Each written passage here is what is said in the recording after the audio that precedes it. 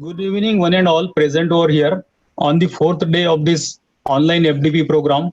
We have today Dr. Sri Saurabh Sinha sir with us, who is CEO and the co-founder of Rain Labs Mahape. He is graduated from SPC Mumbai and is having total 18 years of experience with him.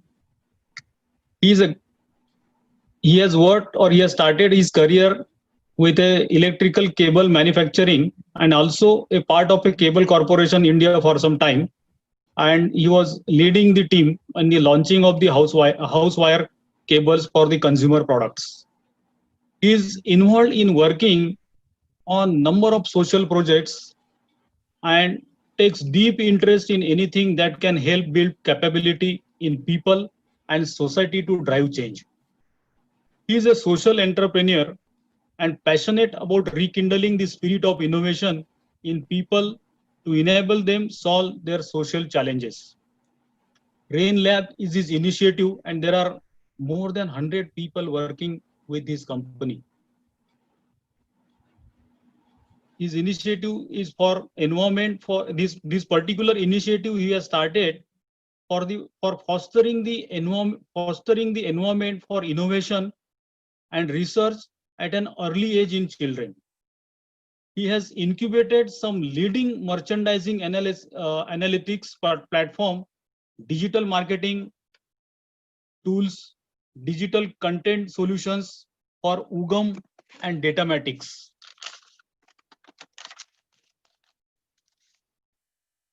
He has worked closely with many MNCs like Merck, eBay, Walmart, Staples, Sears, GAP, Costco, and Home Depot. He has a strong desire to bridge the industry institution gap and making the platform available for the first generation entrepreneurs. And he has taken a lot of efforts and started started supporting the students in the startup. So I welcome you, sir, on this fourth day of the session. And we are very delighted and receive you here and connect you here.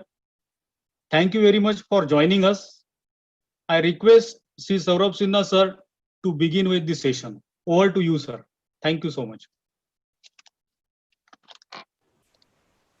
Thank you, Doctor, for the generous introduction. I hope I'm audible.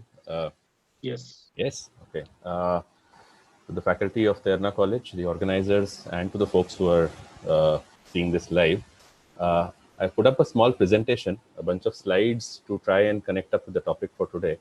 Let me just get this slide up and then let's begin.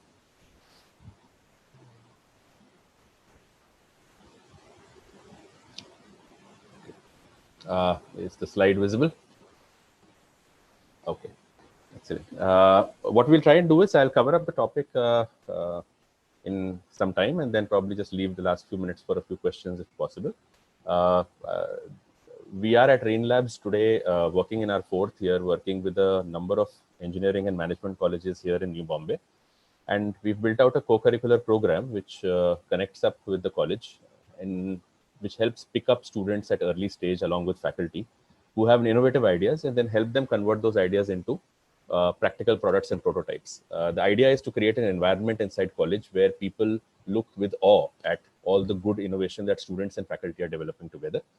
Once this can be done and brought before industry, our assumption is that industry will start to connect much more better with universities and colleges, which will have a regular impact that we are expecting.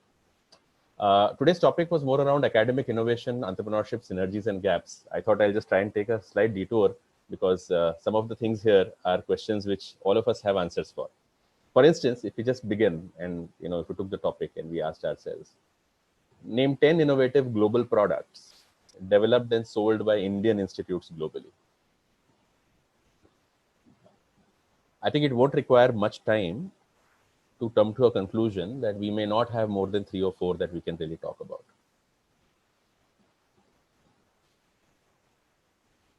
Contrarily, if I ask, give me 10 global products developed by Indians working in foreign corporations which are used globally.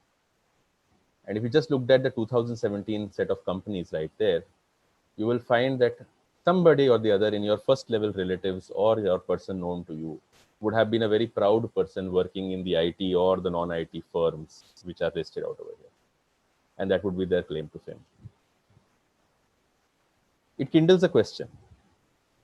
Academic innovation in institutes in India, or academic innovation or innovation in India. It's the same set of people who are very good people when it comes to a workforce, but it's the same set of people who aren't able to make it when it comes to being a part of that institute or being part of entrepreneurs themselves. Let's ask one more question. What's that common thing linking all successful startups of today? If we name a few of them, Twitter, Facebook, Google, Yahoo was one of them. You take all of these players, Amazon, a lot of them were promoted or created by colleagues who were college mates. Even if you took Flipkart, which is Indian, if you took Ola, if you took any Indian innovative startup, there are a bunch of partners who were Indian, who were college students. From here drives that big connection. College is one time when you really create mature relationships which are long lasting with a lot of people. Yes, they can't be paralleled with the relationships you create when you are a kid growing spontaneously. But when you meet students in college, this is the first time you meet people who are from diverse backgrounds, and you make great friendships for life. And that makes great partners because you are far more mature at that time. So if you look at startups, you look at innovation, you look at entrepreneurship, and you look at colleges, there is a connect. At least the last 10 big startups show a college connection. And I'll form this as the baseline of what we will discuss as we go forward.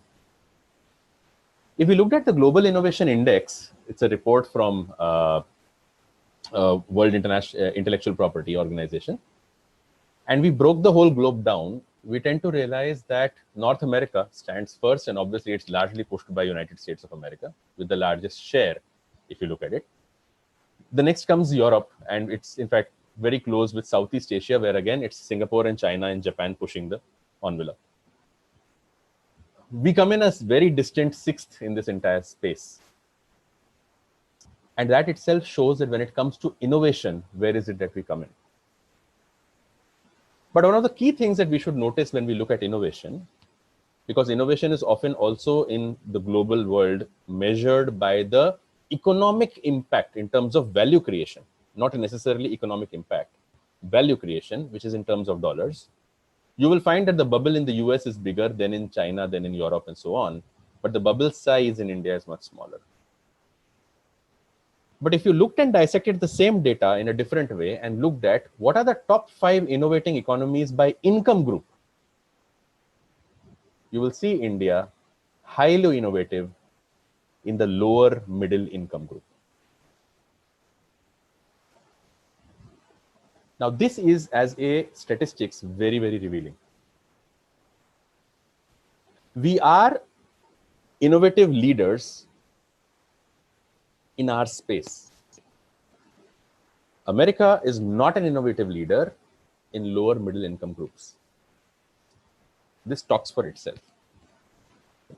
So I connected 2 points, the connection of entrepreneurship innovation with college, and the fact that you can be an innovative leader in your own segment, and our segment may be different. If you look at academics in the US, and we saw the contribution of academics in the US, and we see how much of an innovation economy is being driven by the US, a lot of statistics are available, out of which one of the interesting ones you can look at is that 70% of university innovations are licensed to startups and small companies in the US. 70% of the innovations which came up in startups were coming from universities. US patents issued, inventions disclosed, the numbers are mind-boggling when it comes to just doing a generic comparison. Even today, in the times of COVID-19, I hope it changes in the next 15 days, and we're hopeful for some results to come out. The default expectation of a vaccine is from the US or from China, because research is expensive. The question to be asked is research really expensive, or has it been made expensive? Or if we come back, are we playing to our strengths, or are we playing to somebody else's game plan?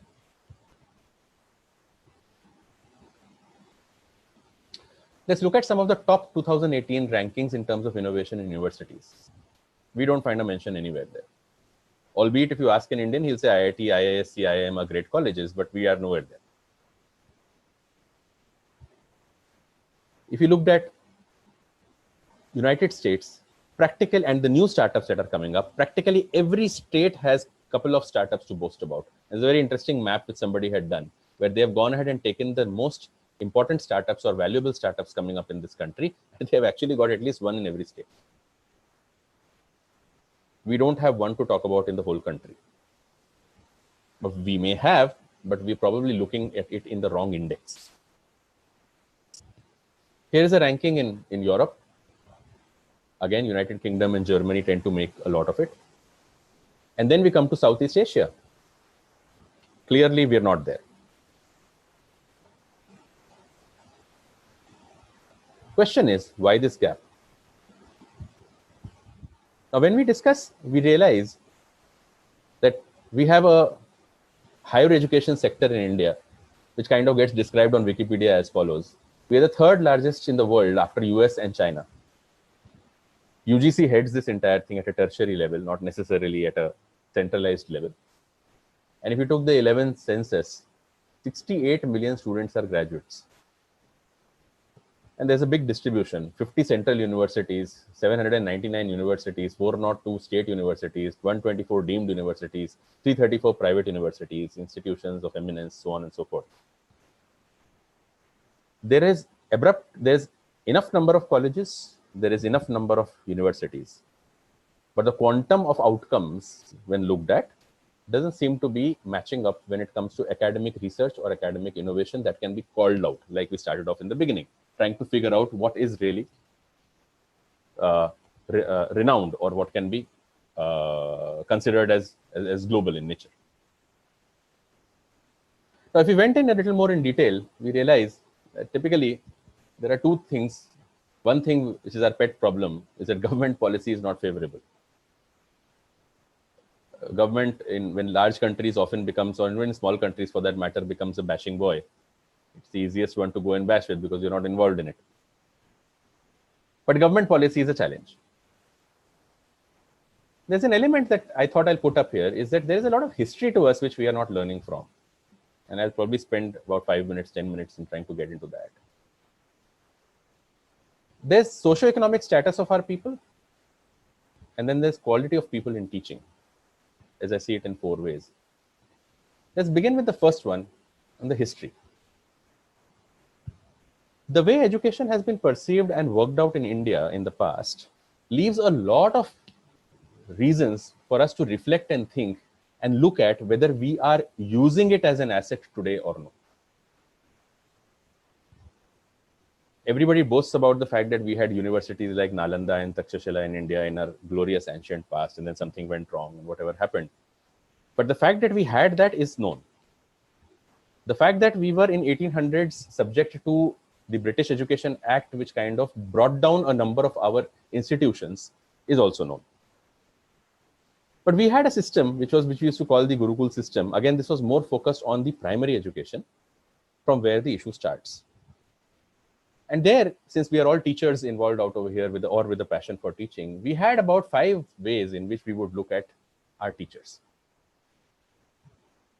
If we briefly connected with it, at the lowest level was a shikshak, somebody who could just impart basic knowledge, ABCD, AEE, letters, basic math, basic things. This could even happen by somebody who had learnt at home. This could happen by some or the other family member, more often than not the mother and the father, because we males seem to have decided that all the difficult things will be done by the women. So they were probably not held accountable, but they probably were also involved, and relatives were involved in giving basic education. This in some sense continues even today in our families, where grandparents, parents try to give some basic level of education on their own before a child starts his or her education. The next one was an adhyapak, somebody who had some bookish knowledge, who knew some basics, and someone who could go ahead and transfer those basics properly in the minds of the kids. We then had a next level, which we were called the acharya. The acharya was somebody who always looked at imbibing the knowledge of the subject that he or she was involved. mind you, the imbibing of that knowledge in yourself connects up very much with the way we have looked at education. Education has always been a subject of Atmasad in Indian philosophy. It's been always a thing about knowing it internally. We have always done inner manthan rather than looked at the world outside. And therefore, being able to connect to a subject in concept is what was the job of the Acharya. Achar, right? The behavior. The subject was so well enshrined in the person that his or her achar was very much connected with that subject. So if you were a professor of Sanskrit, then Sanskrit would be the de facto language of the person. Because somebody who was scientific in nature or doing physics probably would have been having many more postulations around physics. There was a Pracharya who was more like a head of department for today. Somebody who would not only be an expert in his subject, but would also ensure others are imbibing the subject. This word imbibe, Atmasad karna, is important. And then finally would be a guru, somebody who would be known, who would experiment in that area, would create new postulations in that area, which would then go in for examination outside, and once examined outside and confirmed, would become theorems. And there is enough of discussions in the Upanishads where a number of theses and hypotheses have been brought out, discussed as a part of our sabhas in which these discussions have happened. Obviously, they have been more around metaphysical elements. When it came to physical elements, there are lots of books around Aryabhat, Bhaskaracharya, and variety of other people who have written around these subjects. Be it Khagol Shastra, be it mathematics, be it surgery, like Sushrut, there are several examples that are there. Ayurveda in itself as a medicinal thing, there are umpteen examples if you go into our past and see how through a process of enunciation, Atmasad, creating a new postulate, bringing it as a praman, and then being able to physically establish the same under certain circumstances, lots of things have been done. The only difference being that we never went after something which today kind of questions our, should be a question before us, is a process of patenting. You would remember sometime back there was this whole thing around making Basmati patent, right? Some countries outside were filing all this. The patent came in as, and copyright are laws which have been brought in internationally for protection of the investments made by people during research. Shouldn't we ask ourselves what happened of all the research that we did? Shouldn't paper and the wheel and electricity be subjects on which we should get royalty? Or for that matter, music. But then these are not things in which we think. And that's why the Indian mindset is more about finding things which are already in the universe and just presenting. But besides the point, we had a Ghar, Parivar and a Samaj which would do the basic education, and Upanayan Sanskar which happened from 8 to 12 years of age. And we had a basic Gurukul system where few students with one teacher or a teacher family were there. But the students would live with the teacher. As a result, you were working as a teacher on the entire achar and vichar vyavastha of the kid. You were not just working with him in segments. And it is only later that the person goes ahead and finally chooses what is the subject of specialization that he or she does. The biggest role of the parent was to give basic education till the kid has turned 7 or 8. And then after that, go ahead and find the right guru for this kid and leave him or her to that guru. There are enough of Shastras which talk about how finding the right guru is all that needs to be done as parents. For girls, we had a slightly different system. There are enough of Vidushis like Gargi who have been mentioned in our text, and each of them are having a vivad on a variety of subjects that are there. But the way of teaching was more around sahvas. It was more about co-living. It was more about setting an example. And it was more about kindling the idea of finding out a subject, not so much about transferring information to the kid. That could be just done by an adhyapak. The focus in the first 10 years of education was more around existential questions around who am I, what am I? So there's a very popular story. There's this rock star in the US who goes ahead and has done it all, earned a lot of money. And after he's earned all the money, he suddenly decides, I want to go ahead and look at how do lamas live in China. And he goes and he takes some stay at a monastery for about 1 year. And while he's there at that monastery, there is another lecture room happening where some other kids are teaching some kids. and he is teaching a subject of his choice. When he comes out of his room, he looks at the other room and he sees that a 10-year-old boy, a lama, is teaching 5-year-old children some lesson. So he gets intrigued and then he asks this lama, what is it at 10 years of age that you are teaching these kids of 5 years?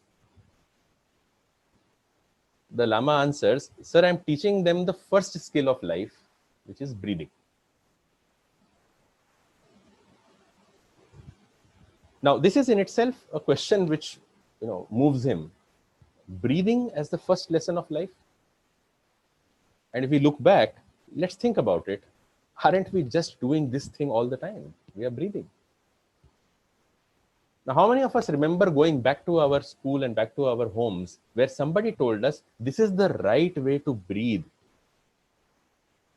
Now, today we spend millions of dollars in trying to have a pranayam sanskar and having some sort of a thing which we already know naturally, and try and do yoga lessons and a variety of things on television. But if this is existence, then isn't its a life form and its basic things to be things that need to be taught first? Like I said, there is a lot of stuff that we have not figured out or tried to make use of. We take xeroxes of a bunch of reference texts, but we do not take xeroxes of the history that we have available easily to us. And there are many deeper subjects. For example, how do you know that you are actually living a life to its fullest potential? There are lots of theories around it. Right from the Gita downwards, Ashtanga Yoga has been given by Patanjali. Some sutras which help you lead your mind, buddhi, your body in the right way so that you can perform the best. At the end of the day, everything that is going to happen is happening on this machine. And if it is happening on this machine needs to know how to work. But we've hardly paid attention on trying to make sure this machine works properly. And we are trying to use half our knowledge to make other machines work properly. Every time we play games, we first warm up. Every time we start an engine, we first let it run for some time. All of us are engineers, we know why we do that. We basically just get it into the mode. How many of our lecturers and how many of us while teaching first make sure that all of us get into the mode? A PhD in mechanics or a PhD in electronics cannot do without this. And that is why getting everybody in the class in the mode is a must. These are essential teaching methods which we don't seem to pay attention to. And globally, not many people pay attention to it either, but these are assets that we have. Whereas they will come down to it, we probably have it and are not using it. Then there were ways in which we would teach. One was Maukhik, there was Chintan, there was Shravan, which was understanding, there was Manan, Nidhyasan. And then there were various people who could continue their research. They were given various types of upadhis. But this was more about our historical methods. Somewhere around 1835, about 7 lakh Gurukuls existed in India, which were all finished and converted into British education institutions. We started with 2 or 4 universities, and overall an entire system of education with a language barrier was created. All of us have lived through the problem of not being able to talk a language which we thought was more scientific. The fact of the matter is that English is a highly unscientific and reasonably wrongly grammared language. We have enough examples of the same. But when a thought cannot get an expression because of the problem of the language, we've been doubting the thought. The problem was that the language was complicated. And the inferiority complex that we've built into the society in the last 150 years, courtesy this stupid language, seems to be creating a very large gap. Anyways, like I said, history was something from which we could have learned from, which caused a gap. If you look at this book called The Wealth of Nations, it talks about how India and China before 1750 shared almost about 50% of the GDP of the world. And this was a thesis that was done from 1 BC all the way till 1750. After which, courtesy the British Raj, we kind of fell down to about less than 2% or 1%. And China faced the same until 1949, when China started to resurrect itself. And we kind of started the journey in 47, albeit much slower compared to China. And you can look it up in this video. It's a 3-minute video. Or after 3 minutes, you can watch it and it'll tell you the wealth of these nations. So when, as per the GDP mechanism, we were having the numbers, what really led to all this? Let's look at the next part why the gap comes in. The next part why the gap comes in is government policy. It's a very good one to blame, right? Don't blame yourself, blame everybody else. Now, yeah, historically, we've done some mistakes. For example, education has been kept as a not-for-profit in India. They had egalitarian socialist goals. You can't blame them for that. And that's why it was made not-for-profit. But it had conditions that anybody who has a 2.5 acre land can go ahead and start a school. Now, for somebody who doesn't have 2.5 acre land, how he or she will start a school? But at that point of time, there was nobody imagining that, we would get to these problems. But these have not been corrected. And second, it was always a state subject until 1976, after which also it became a concurrent subject, which means there's not much that the national government can really do. Post 76, now things have started changing. And lately in the last 10, 15 years, I think things have started to drive in a different way. One of the good things that's happening is that we are starting to look at postgraduate education by the lens of some methods like NBA and NAC, which I know are draconian for the people of today, but at least have some ability to go ahead and foster a framework in which we'll start working in the right direction. If we compare with certain other countries, they just have one board in many cases. Take the country like Israel, take a country like Japan, just one board. And as a result, directing policy becomes much more easier. Whereas what we have tried to do, we've given autonomy. We can't handle it, you handle it. You can't handle it, we will discredit you. And we've tried to go into many directions, but we've tried to go into many directions which are framework and which are institutional related. We are not going to the core of the problem, which is people related. However, this move to centralize some gradation processes and equalize it with the rest of the world is a great framework. Now, a lot depends upon how many institutes can really cross over from the grades which are lesser than B and probably go on the upwards of A. At least we have a centralized way of looking at all universities together and thereby focusing grants on all of them in a proper manner. Now, there's often a question which comes up, how do we measure the growth of a country? And there's a question which says that, hey, we measure it with GDP. Okay, so if it is GDP, what does GDP mean? Now, if you look at GDP, GDP is basically just these 4 or 5 things. First is private consumption. Second is gross investment. Third is government investment, spending, and then exports minus imports. Now, all of this transforms into some sort of a number, and that tells us how well we are doing. Look at the ones which I've highlighted in red. The only way we are going to go ahead and have more exports and imports is if we are going to be productive. We produce stuff which is more productive, faster, better, cheaper compared to other ones. And the only way we are going to go ahead and have consumption is going to be when things are cheaper. Because you can't just keep money in people's hands and tell them to start spending. It's not going to happen. Look at a classic case. Internet is cheap. Everybody has it. Electronic cell phones second-hand are cheap. Everybody has it. That does not transgress the problem of poverty. It is adopted by everybody. Phone calls are cheap. Everybody has it. Laptops are expensive. Nobody has it. So for a country like us, which has got such a big disparity, it is very necessary that things become cheap. But for things to become cheap, you need innovation. And for things to become export-oriented, you again need innovation. One of the key things that this government or the previous ones have realized is that the only way we can go ahead and push our economy to grow on its own is going to be when you press the pedestal of productivity. And the pedestal of productivity will only come when you press the pedestal of production through innovation. And that innovation, when pushed at the right levels, will lead to an automated GDP growth.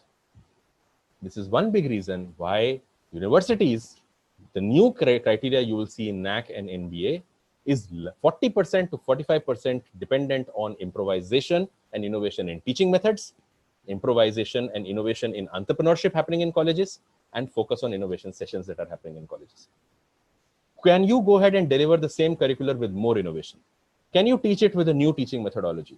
Do you have more innovative products being created? Do you have more sessions happening with industry? almost 45% of the entire criteria of NBA and NAC is focused on innovation. I presume some of these symposiums are also happening with that at the back end. Because the connection is very clear. Productivity through innovation will drive GDP. You can create government jobs, you can do a variety of things, but you cannot go ahead and increase it beyond a point. And likewise, the focus on research and innovation becomes important. If you ask a question, what has the government done? Well, fact of the matter is, this is what the government could have done.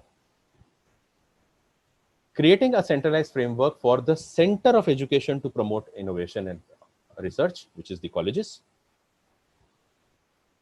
and go ahead and push up certain schemes like maybe a Mudra or easy loan or some sort of ways in which some numbers can be produced in terms of startups, and giving a push on startups is a very, very good and a strong long-term direction in which innovation-led GDP increase can happen. And if you looked at all the companies, all the countries who are above us, they are all leading in this space. The next one was socio-economic status of people. Why this gap? We have a problem here. All of us have been in academics. Poverty meant that education was a license to security. This is one reason why everybody starts doing graduation, goes to post-graduation, does their doctoral research, and we have PhDs at the age of 25, 27. We have MBAs at the age of 21, 22. We have doctoral courses, postdoctoral courses, and a variety of courses which are there available to somehow do a subject. We got the point of education right, but we didn't get the point of proper education right. For a boy who has never seen a transformer in his life and has done his BE, how do you make him a master's in electronics and electrical when he has not even touched a transformer? All universities abroad, which are of great ranking, do not encourage postgraduate education unless there is work experience associated. In our case, we go ahead and push for work experience much later. We push for degrees first, saying, "Pehle abhi padhai kar lo, padhai khatam ho jayegi, baad mein hoti nahi hai." So you have masters who are standing in the line as BComs and are sub-treating themselves to humiliation. Because security of life came with a job. The British needed clerks. They created a clerical system. They never had MBA colleges in India. They didn't even have technical colleges in India. They just had graduate colleges in India. They needed clerks. They created clerks. We inherited that. We are producing clerks. Our mentality remains the same. We create MBA and architecture and engineering colleges. And we don't create one, we create 20, 30 of them.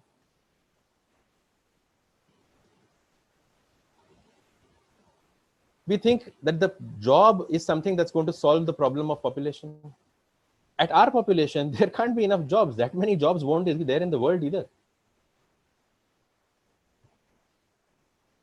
So we have to understand it is not a divide or a gap. It is a gorge. It can't be filled.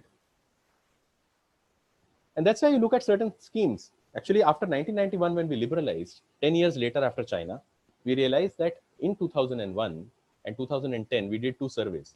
And the two surveys revealed that the number of jobs that got created by small businesses was much more larger than the jobs that got created by the large companies. Whereas interestingly, large companies were the ones who were getting loans from all sorts of banks, and they were creating scams, whereas the smaller guy who was given some money, lesser money, would more often than not return it back. This was the genesis of the Mudra Yojana. Government has put up some statistics around how successful it has been. Those can be disputed in a country like ours. But the fact that there is a middle and a small segment, which is the driver of growth in this country, has to be understood. And if I connect back to the points on the gaps, where is our innovation? Our innovation is as employees of companies. What's the connection between innovation, startups, and people? Colleges. What is the connection between areas where we are growing middle income innovation? Where is the area where we are doing okay in terms of job creation? MSME.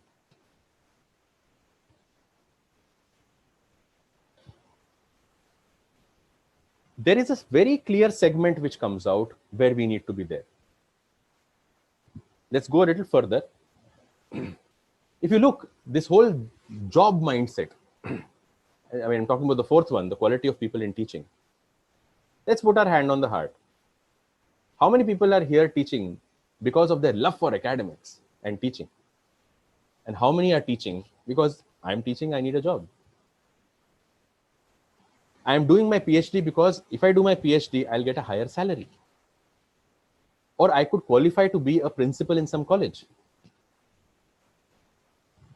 Postgraduate and doctorate, when it becomes a means to secure employment, will not generate teaching. Let's do a survey of students and ask them, which teacher do you remember the most? I'm sure 90% of us sitting in this session will remember school teacher. We will not remember our engineering college teachers. Because the connect is missing. The quality of the people and the enthusiasm with which they are looking at it is missing. No wonder there is a domino effect. 30% seats in private engineering colleges. Just 15 years back, management colleges were fighting for management seats. Today, management seats don't get filled up. What is the result?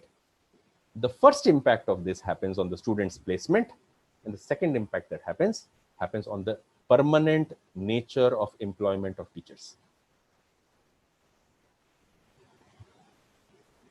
Exceedingly, teachers will become temporary, and exceedingly, teachers will try to do postgraduate studies, and exceeding, they will continue to be in this domino effect, which is spiraling downwards.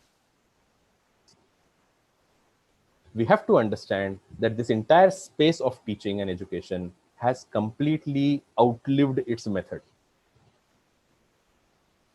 And that is why academic innovation is not trying to fight a battle of gaps which need to be filled up. It is fighting a battle of survival. And in such a case, there can only be a few ways in which we can take this forward. One, by looking at these four problems we have. Are we teaching with quality? Are we going ahead and having socioeconomic status of our people and living to their expectations? Are we looking at government policy correctly? And if we can learn from our history. Let's look at what are others doing. China in 1980 went ahead and liberalized itself. They moved away from a communist type of an economic towards a socialist democratic, capitalistic sort of a model on economy. Deng Xiaoping, when he took over from Zedong, he goes ahead and he opens the Chinese economy for investment. And then he puts up a whole program in which they go ahead and take in the second rung, foreign companies are invited to become part of their economy. As a part of third stage, they go ahead and start replicating and copy pasting the foreign models inside their own countries and making manufacturing units. And finally, in the last stage, which has been on for the last 10 years, they have started to create independent innovations based on ideas coming from that company. You will realize the whole Chinese economy has a Facebook of its own, has a Twitter of its own, has a YouTube of its own, has a Google of its own. Driven completely by their strength of private consumption, not driven by global consumption. And they are not apologetic about their language.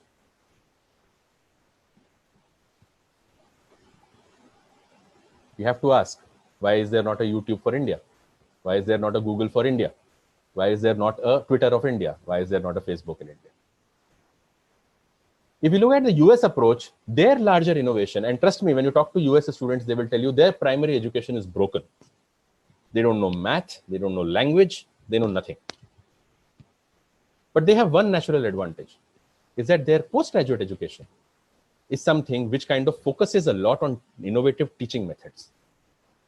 They have picked that as the strength. A subject is explained in concept and often on given in terms of projects where collaboration happens. So they necessarily make you work like teams. In India, teamwork doesn't happen. Even if you created a 4-member team, it will be very difficult for them to get things out. There is a lot of focus in the teaching method on the application. Then there is an independent structure to the overall piece, and then there is mentoring which happens. They allow you to enunciate on an idea, pretty much like what we talked about the Acharya. Imbibe it in yourself. Reason it out on your own. Why did that apple fall on Newton? Can you create a new example of how the momentum equation can be described? Are you able to see when a ball hits a ball, there is energy loss? making them visualize that subject. And we don't do that. We are still on the memorization methodology. All of us know the problem of it. If you look at Israel as a country, you will realize that they have taken 5 steps to go ahead and change their method of education. And they are a country which says we are the second most innovative country in the world, and they are. What they have done, they have encouraged in post-graduation more peer discussions among secondary teachers. There are formal forums where teachers discuss syllabus and its method of teaching. There is more teacher collaboration in developing instruction materials, like I said. So every year, teachers across a county of schools will come together to create new methods of teaching. And there are ratings given on the same and grants given on the same. Evaluation is done at a classroom level, but in groups. Retention of secondary teachers is incentivized. And there is a peer-to-peer evaluation. Some of these points you will see in the NBA and NAC. The question arises, if this is where we are, there are certain things that we have done wrong which need to be corrected. Well, this is what others are doing. What is it that we can do? I've tried to put down 4 or 5 points which I think will be relevant to be able to solve this problem of academic entrepreneurship and academic innovation. First, we should go ahead and look at improvising our teaching methods. When there is an absence of academic innovation, it is very necessary that our supply should be made right. And the supply is the students.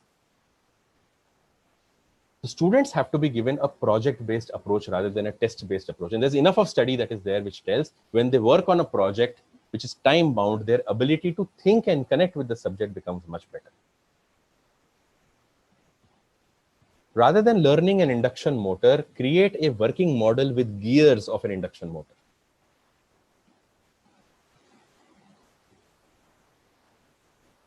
Rather than going ahead and learning a theorem of how induction or how capacitance or how resistance works, create a model of showing how resistance works by way of water flow or some other stuff. After an innovative explanation, they should be allowed to reason and talk and then make them innovate. I think if this single thing done differently, the respect for the teacher and the respect for the work will start to change. There is a very big dogma around funds not being available for research and patents not being available and patents being complicated. Go and file a patent. Let's just think about it. Do you really think in nanotechnology, any institute in this country can go and find a patent? Do you really think in Industry 4.0, you will be ever able to file a patent? Do you think in chemical technology, you in your institute can file a patent? Why are we trying to climb a tree which we are not meant to climb? It's very clear that this country has enough of demand in the middle and small sector. Farming, dairy farming, agriculture, education, primary health, basic chemicals, basic small vehicles, electricity, physical infrastructure, roads, cement, medicine, all of these areas are open en masse. The requirement is huge, and we are trying to file patents.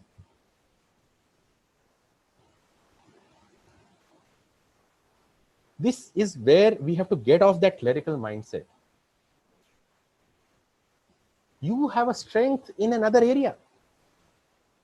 Let's also turn it around. Why do you need to file a patent? To differentiate. Do you even have anything in this country which can differentiate? When we get into advanced nanotechnology, you will differentiate by methodology. We are dealing with baseline agriculture. If you flip this around, it is a massive opportunity. One single society of this country in which we all stay has 24 to 50 flats. It is as good as one village. The secretary of the society is as powerful as a sarpanch. It's a different thing. We don't treat him like one. But that is a unit of economy which has a consumption where implements at small scale can be created, and he's not looking for completely well-packaged Apple-like products. Our biggest problem is packaging, is testing, is giving it the right features, because it comes at scale and cost. Whereas our advantage is we are very good at jugards and creating small implements. Why are we not creating IoT devices to manage the electrification of a society? Why are we not creating waste garbage bins to manage the dirt of a society? Why are we not creating small implements to help agricultural implements? Why are we not creating solar energy? We just saw a presentation on the top of the school bed, there is a solar plant. Why does every building not have a solar plant where the electrical engineering faculty of the college is involved? We talk about business and entrepreneurship. There is basic demand available here. But we just don't seem to think that we want to create the next iPad. Stop doing that. You don't need an iPad for India. And that's our strength. If our faculty, with its limited resources, can play to its strength, you can create innovation like havoc. Because the problem is not of those people at the top. They'll pay you more. The problem is of the people at the bottom. They will pay you less, but a lot of them will pay you. And until academia does not look at the right place to actually put itself, you will never go ahead and find a way of being able to compete with the rest of them. We do that in defense and aeronautics. We have an advantage there. The advantage is cost. But if we have such a large demand around us, why can't we do this?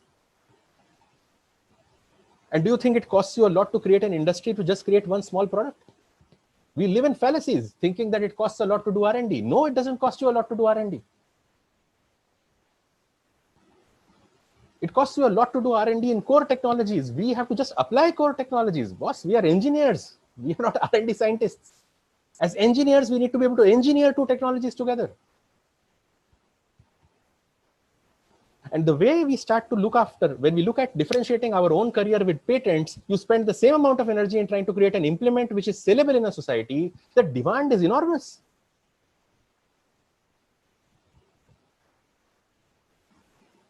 It's only when we look back inwards is when we will get that answer. We talk about funds not being available for R&D. How much funds will you get? Do you think funds will be ever enough for you to create the next drug? Never. Do you think funds will be enough for you to create the next satellite? Never. So it is a dream that we have in institutions like ours where we think we will get funds for R&D. You will never get funds for R&D. But you will get space, you will get students, you will get free interns, you will get small old equipments, you will get a market that is unaddressed. The number of people who need today a diaper disposal machine, a sanitary pad disposal machine, a waste bin segregation machine, a paper bag making machine is enormous. Which is the biggest industry today in India? Mask making. Do you think it needs nanotechnology? So our academia needs to look at the area of problem properly.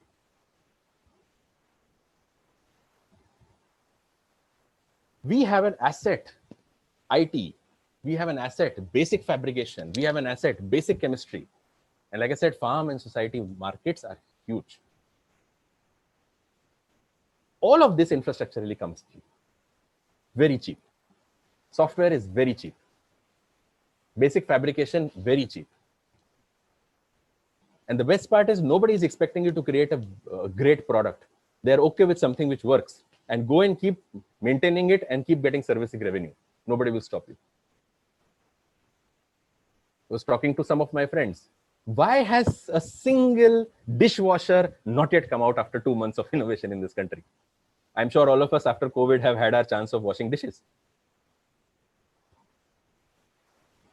Because we are trying to create a dishwasher which will take care of all dishes. You just take care of one dish.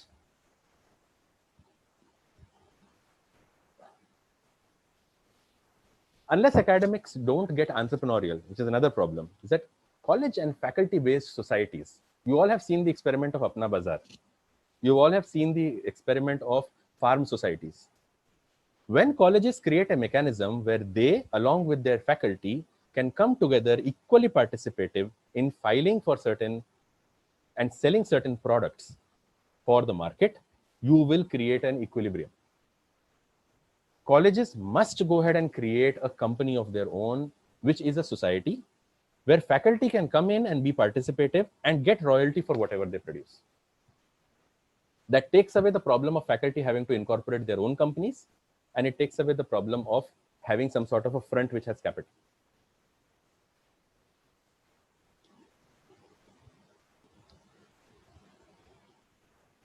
Finally, we need to create some co-curricular programs for industry and students interaction.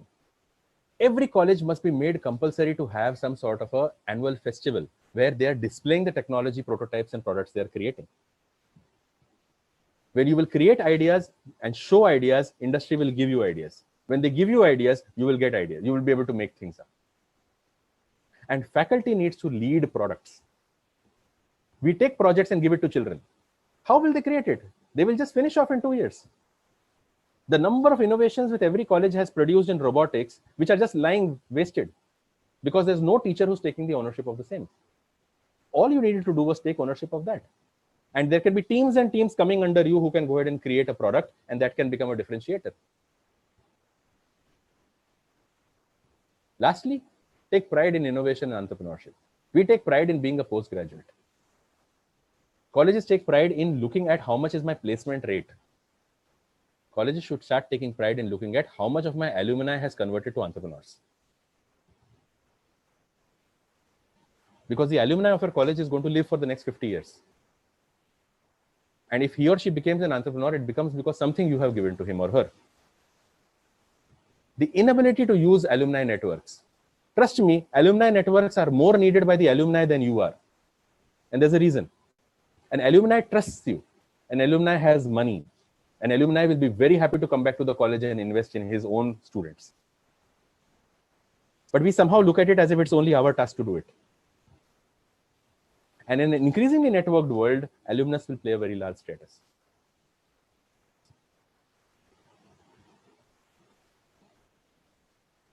In summary, this has to be done by us as teachers.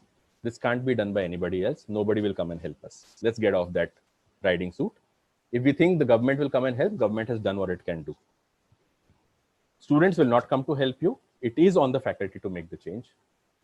And it's not too complicated. We just need to get out of the way of how we are teaching and taking lessons and examinations and just treat it as secondary. Teach better, create inquisitiveness, do projects. The famous line by Chanakya on what a teacher can do. And when we get the chance, let's look at this thing. There was a very nice serial that was made some time back. If you look at episode 22, he talks about who is to be blamed for the state of affairs. And his disposition around the problem of nationalism, he talks about the fact that at the end of the day, the whole thing comes down on the role of the teacher. If we get this role right as teachers, I'm pretty sure the students will get it right. The market has enough demand for all of us. It's not as complicated as it made out to be. You do not need very large funds. You do not need a lot of resources.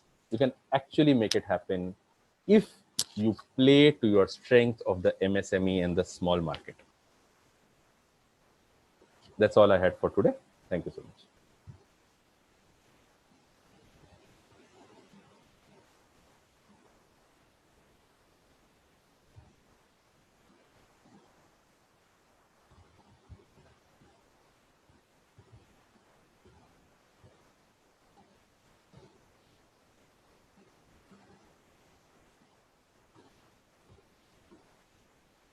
Hello.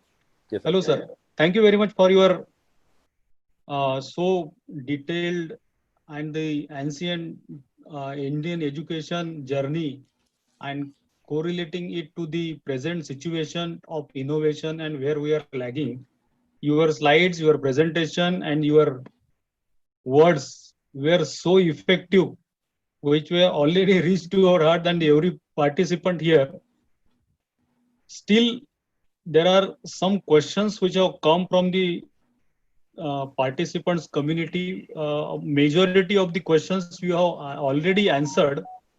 Let me just request you to ask two more questions, which is related to engineering education and where the gaps lies that you have already identified.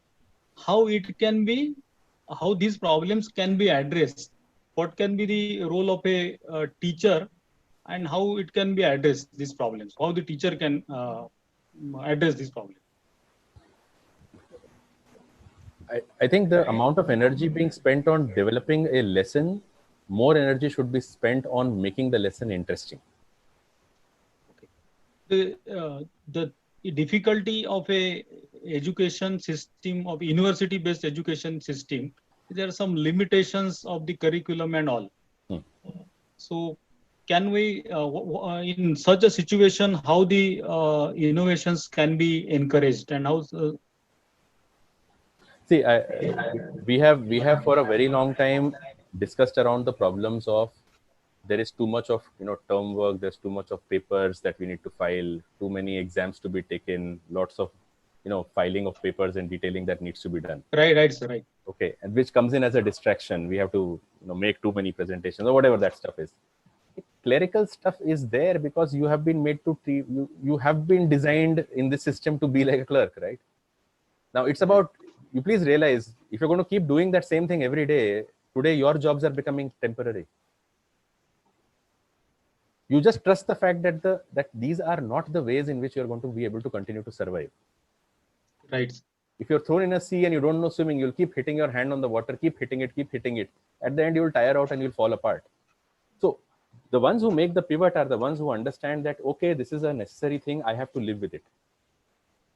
Okay. Correct. If you have to live with it, you find ways of living with it productively. Do all those things that are required. But if you make it into a very big animal, you're going to just keep fighting that animal and achieve nothing. Many people will run away and move ahead. Right. You are seeing that day on day. So make that into a smaller issue. First, stop giving it the importance. Do it. That is required. Everyone has to go ahead and do. Every person who wants to go ahead and become a big entrepreneur has to go through many teething issues. You cannot go ahead and enjoy the fruits of entrepreneurship by not going through the issues. These teething issues are part of your profession. You have to do that. You cannot go ahead and say, by wind was blowing, that's why my arrow didn't hit the mark. The wind will keep blowing. It is nature. So somewhere we have to go ahead and stop blaming those things. Stop blaming this. And just get on with it. Because if you don't get on with it, you will be gone with it. So beyond the point, those are not going to be things on which we'll be able to ponder more or get them off your excuse list. Okay. Thank you, sir. The another question from the another participant is, in spite of a national schemes, why the unemployment rate is high in India? Because national schemes, because the government is not supposed to provide you jobs. Let's just get this clear. The government is here to govern. It is not here to do jobs and create jobs. Creation of job is the responsibility of the individuals. Living is our responsibility. Now you do it with a job, you do it with entrepreneurship or whatever. We have chosen a government not to keep us engaged. We have chosen a government to do those things we don't want to do. We have to get off that jagirdari and that methodology of thinking of aaka aayenge, aake hamara uddhar karenge. This has happened in China. This happens in India. In East Asian countries, because of the fact that we were under rule for such a long time, we have just got into this mindset that somebody will come and show us the path. Nobody will come and show you the path. Trust me, nobody has shown you the path. You have only found out your own path till now. You're just in an illusion that somebody has done something for you. When you got your first job, government didn't give it to you. Government needed it. They gave you a job because they needed you to work. Correct. So let's just get off that entire thing. You have made yourself into what you are today. The government does nothing. Trust me, the government runs 10 days behind you. Even today, people fall ill of COVID now, and that gets reported 5 days later. And the government then comes with a plan. So let's just forget national schemes. National schemes are not meant for people like you and me who have a small house which is on rental and where we are making an income. National schemes are for those people who can't do anything. हम उस list से बाहर आ चुके हैं. Correct. And you can't blame someone else. Yes, sir. Sir, can we take one more question from my side? Then we will go to Chaudhary sir for some interaction. Just 2 minutes. Is there any possibility of copying the Chinese model of development in India? They are a very different country, and the results of China will not be seen in such a small duration. Let's be first comfortable with ourselves. We are very good. We are creating a difference in the world. Without us, the world doesn't have much of an existence. Let's be happy and comfortable the way we are. We don't need to copy anybody. We just need to do our work ourselves in our way properly. Once that self-respect is back in our minds, we will be able to go ahead and figure out our own models.